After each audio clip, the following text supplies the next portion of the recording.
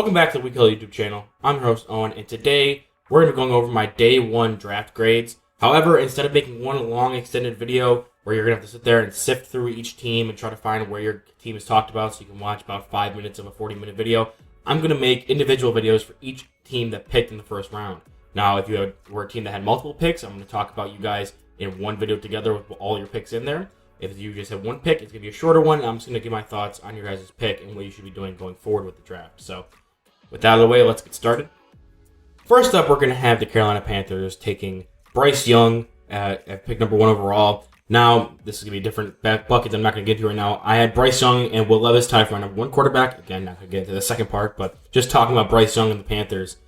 They obviously came up and wanted to get the quarterback they wanted. Bryce Young is a very good quarterback. I don't know why they comped him to Steph Curry on the broadcast, but I think they had a weird basketball thing going on last night, so we're not going to read too much into that. But yeah, Bryce Young, despite being the physically smallest quarterback who will have ever taken a snap in the NFL once he does come the probably first week of the regular season, I think he does have a chance to succeed in Carolina. They have a quarterback-friendly system there with now having Frank Reich as head coach. They have Andy Dalton there who showed that he could play. So not only does that provide a mentor for Bryce Young, for a guy who's been in the league for 10-plus years, it's also a guy that if you you don't think Bryce Young's going to be a starter day one, or you need him to come in and pinch hit for Bryce Young if he gets dinged up or he's having a rough game. Andy Dalton has proven that he can still play a quarterback at the NFL level. Maybe not as a consistent starter, but somebody who can come in and really not lose you a game, basically.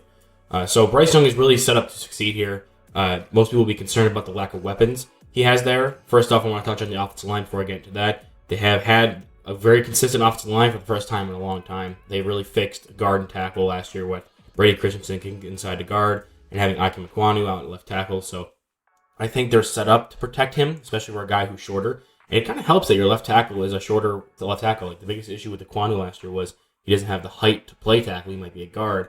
And you know what? Having a shorter quarterback, having shorter offensive linemen, that sometimes can help.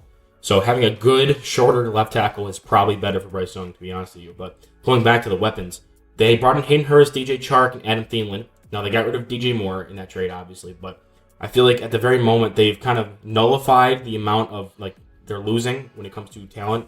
So if they, got rid of DJ Moore and didn't bring in Chark or Thielen or Hurst and just left it as Terrence Marshall and Tommy Trumbull as his offensive weapons, then yeah, I'd be concerned. But they brought in a number 2 receiver in Chark, a number 3 receiver in Thielen at this point in his career, a receiving tight end in Hurst. They still have Trumbull as their blocking tight end. And I think they just have a decent enough, or at least depth, receiving core there for Bryce Young that, yeah, they just have number 1 dominant wide receiver, but he didn't really have that in college his final year as a starter. So he's not really going to a position where he's not used to having to make plays by his own.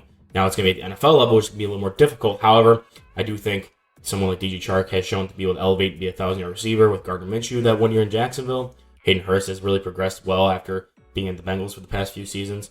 And I just think that they've given him enough weapons to succeed and probably win this division. And like I said, if you don't feel comfortable enough with him starting, or if he, God forbid, gets hurt because of his size, you have Andy Dalton that can come in who worked with a Saints receiving core that didn't have Michael Thomas. Chris Olave was hurt a decent bit. And he's been shown to be able to work with things that aren't really top-notch, especially when it comes to receiving talent. So I really like this pick for the Panthers with Bryce Young, and I'm probably going to give this one probably an A. Got tied for my QB1 at first overall position need there, so good pick for them.